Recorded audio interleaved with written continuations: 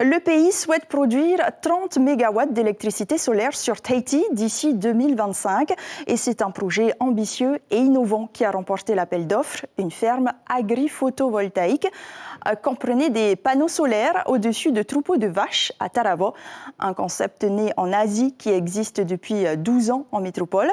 Une opportunité pour l'éleveur qui gagne un revenu complémentaire en louant ses terres et plus de 5000 foyers sont alimentés en électricité solaire. On voit cela avec Lucille Guichet-Tirao et Sandrouli. Des pâturages à perte de vue. 12 hectares sur lesquels paissent les troupeaux de la coopérative Faapu Manahune de Travo. Mais bientôt s'élèvera ici la première ferme photovoltaïque capable d'alimenter 5100 foyers en électricité solaire. Un projet innovant. Il faut imaginer des ombrières très hautes. On parle des ombrières de 3 mètres à 4 mètres de haut et qui prennent un peu cet ensemble, mais avec de l'espacement entre chaque rangée de panneaux qui va créer en fait un puits de lumière quand même qui rentre à l'intérieur de chacun sous les panneaux selon la journée. Georges Mahaouraoul, le propriétaire terrien, y voit un projet d'avenir et surtout un revenu locatif sur 25 ans. J'ai entendu parler de plein de choses qui se passent. L'électricité, ça va monter d'ici là.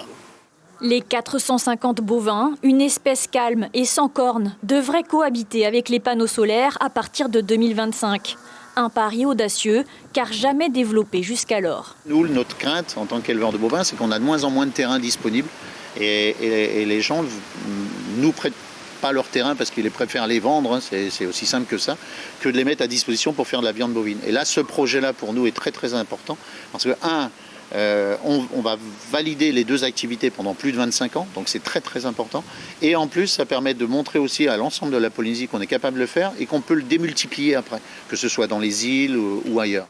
Mais le projet subit déjà 20% de surcoût en raison de l'inflation mondiale. Aujourd'hui, la première ferme agri-solaire polynésienne espère un assouplissement des règles de revente du kilowatt et une plus grande capacité des lignes à haute tension afin de gagner en rentabilité. L'information en continu sur Polynésie la première, Internet et réseaux sociaux.